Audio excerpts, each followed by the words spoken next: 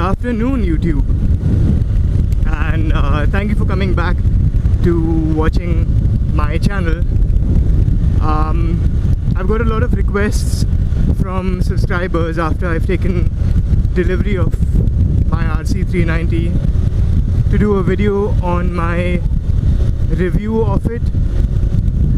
Now, I've had the bike for about 2 weeks now, and for me to do a comprehensive review of the motorcycle wouldn't really do it justice, considering I've had it for that short a period.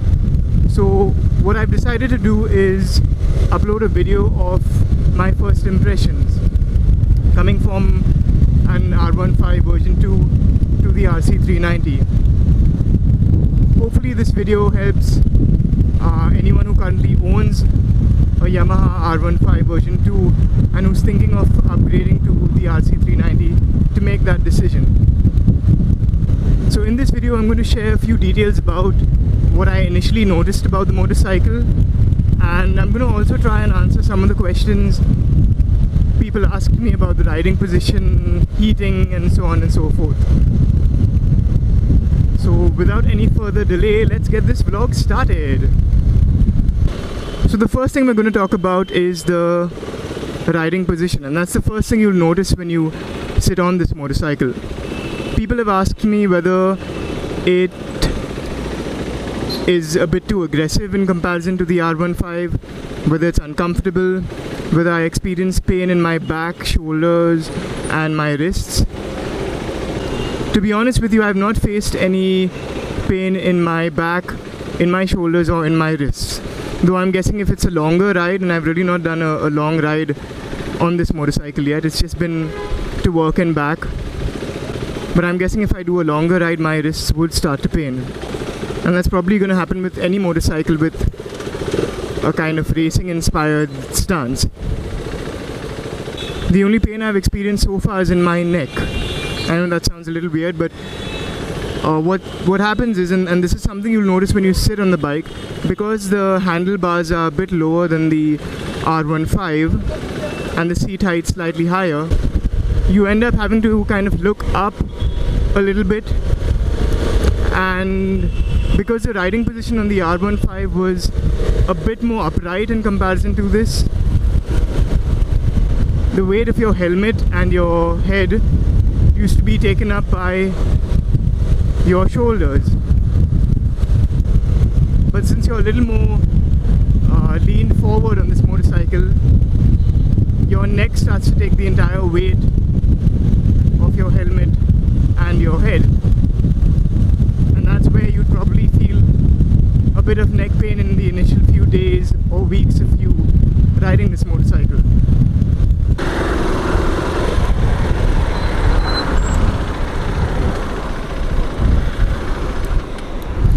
Okay, so the next thing we'll talk about is the seat. So the seat on the Yamaha R15 is about 800 millimeters high. This one is about 820 to 830, somewhere within that range in height. So there isn't really a big difference in the seat height. They're pretty much the same. In terms of comfort though, for those of you who've had a Yamaha R15, you'd know that that's probably one of the most uncomfortable seats available on the market right now.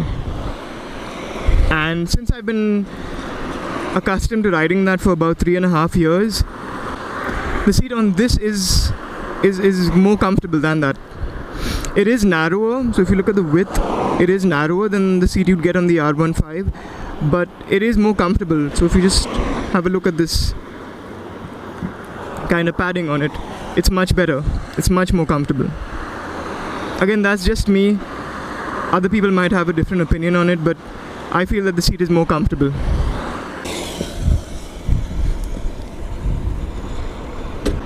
What we'll talk about next is the handlebars. Now, for those of you who've had a chance to ride the RC390, you would have noticed that the handlebars are set pretty low in comparison to the R15. And that's mainly what contributes to the aggressive riding stance on this motorcycle.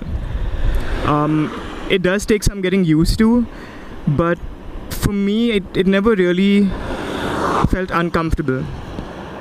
It was just that I had to get used to it over a period of time. And I think that went away in about a day or two at the most. It's pretty easy to get accustomed to that riding position. That being said, you would feel a bit more vibrations at the handlebars in comparison to the Yamaha R15. The reasons are pretty obvious for those of you who know how motorcycles work. I have seen reviews though where people claim that it smoothens out in the higher RPMs, so that's something I've been looking forward to, considering I haven't completed the first 1000 kilometers on it and the first service as well.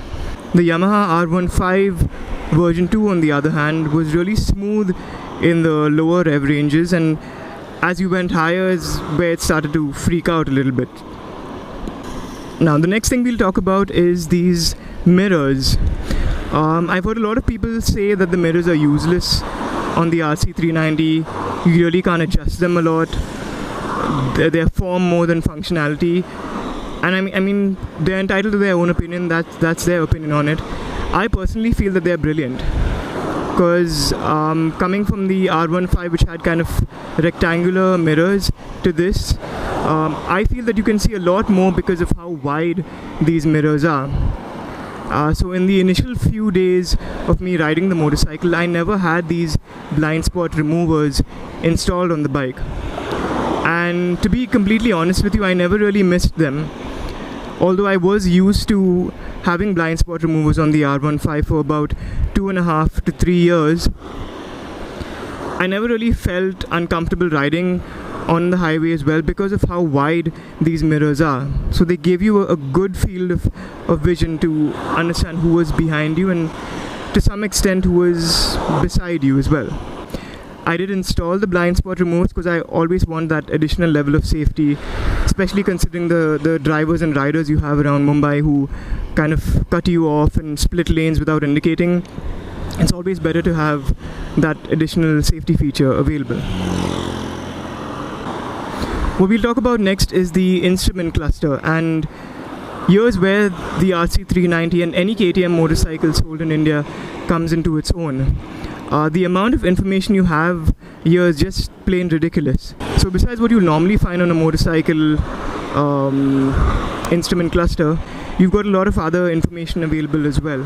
It calculates what your bike's fuel economy is like, what's the average speed you've been clocking, how long you've been on the motorcycle, and a whole lot of other features as well.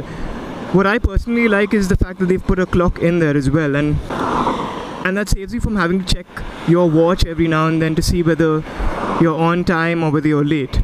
That really helps. But that's just me again. Another feature which I really like, especially considering I'm still in the running in or braking in period, is the fact that it's got this shift light over there. And if I just switch the bike off and on, that's the light I'm talking about, the red one. So that shift indicator can be customized to a particular rev range where you wanted to illuminate. And I've set it to just below the recommended RPM range for the break-in period. So if I find myself riding a bit aggressively and that light illuminates, I know that I have to take it easy or switch up a gear or two to be able to get back in control. And this bike really tempts you to rev it higher and go faster.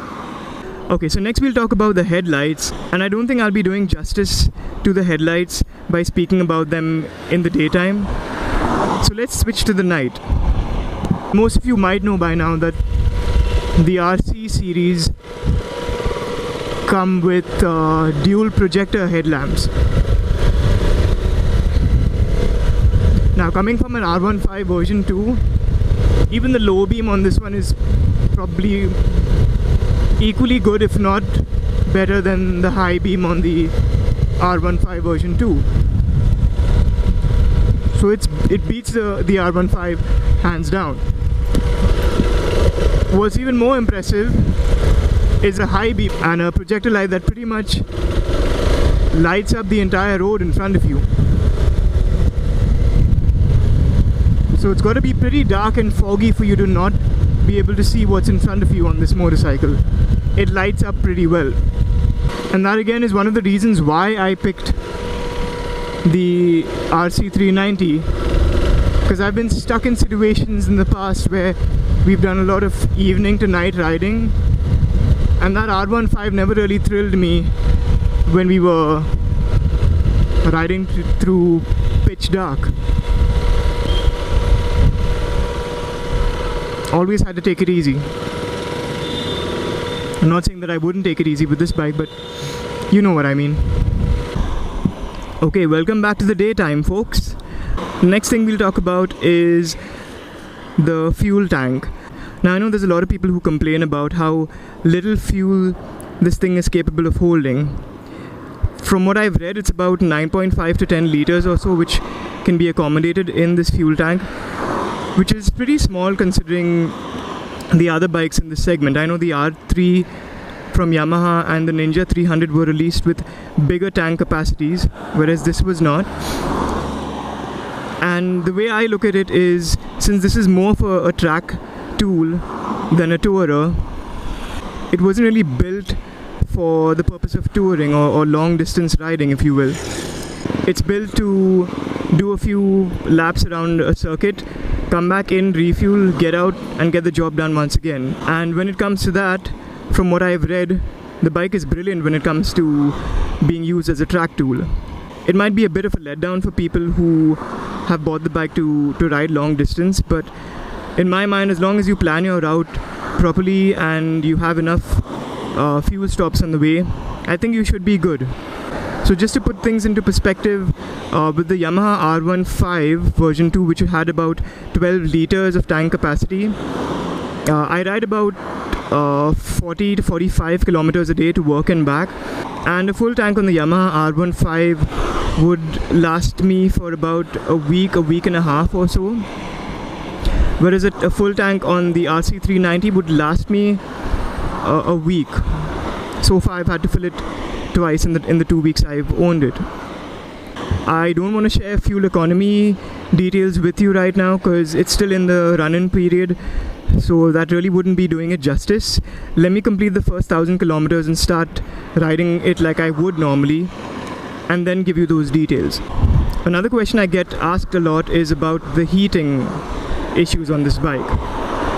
Now luckily for me, I've not faced an instance where the bike heats up to a point where it shuts down. I've heard that happens, and a few of my friends have shared that they've experienced that themselves.